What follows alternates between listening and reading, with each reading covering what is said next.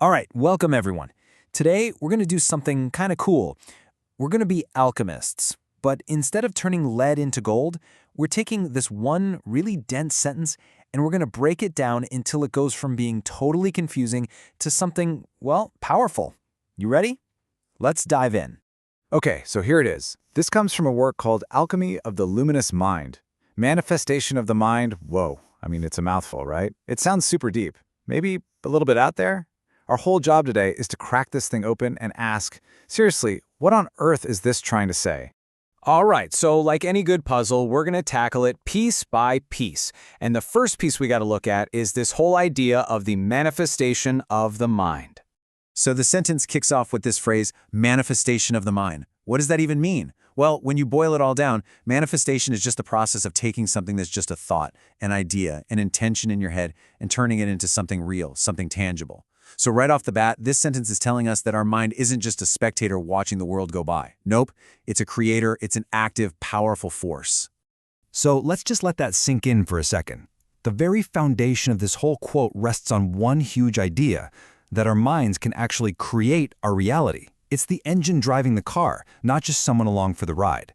That's a pretty big deal. Okay, but every engine needs some kind of fuel, right? So if our mind is this powerful creative engine, what's it running on? What's it working with?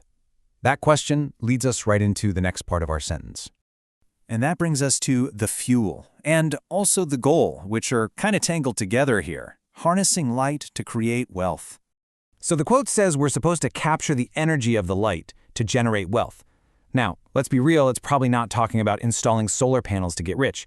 You could, but the language here feels much more symbolic, right? It's poetic. So what could light and wealth possibly stand for in this context? And this table here does a great job of breaking it down. You've got your conventional wealth over on one side, the usual stuff, money, property, things you can measure. It's all external. But then you look at this other column, this idea of luminous wealth. This isn't about stuff you own. This is about insight, creativity, that deep feeling of fulfillment. You don't get this from the world, you generate it from within. So it's pretty clear the wealth this sentence is talking about is something much deeper, an internal richness. Okay, so we've got the mind as a creator, and it's generating this internal kind of wealth. But where does all this magic happen?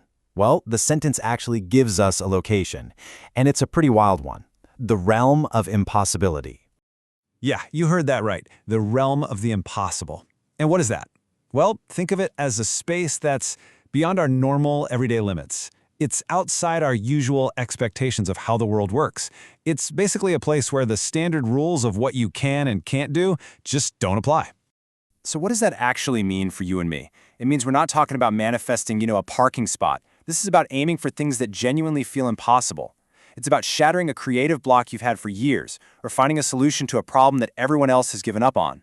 It's about reaching for something that completely defies what you thought was realistic.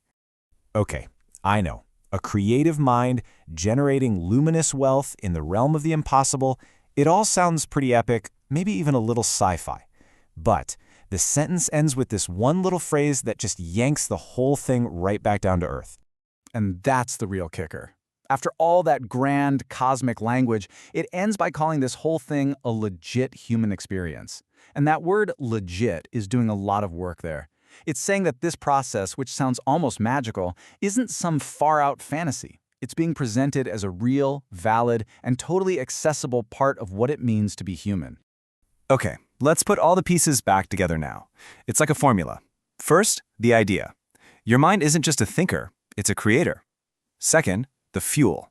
It runs on light, which is really just a symbol for things like insight, inspiration, and focus. Third, the goal. You're not trying to make money. You're trying to generate wealth in the form of fulfillment and creativity. Fourth, the arena. This all takes place in that space beyond your normal limits, the impossible. And finally, the big punchline, the claim. This whole wild process is a real, legitimate part of the human experience. So, let's read it one more time with our new decoder ring. Manifestation of the mind to capture the energy of the light for the purpose of generating wealth in the realm of the impossible is a legit human experience. It hits different now, doesn't it? It's no longer just a confusing jumble of words. It actually sounds like a roadmap for creativity. And that's really what this is all about. The source claims this power is something we all have access to. So that leaves me with just one last question for you to think about. If you really could use your mind to turn an idea into reality, what impossible thing would you bring into the world?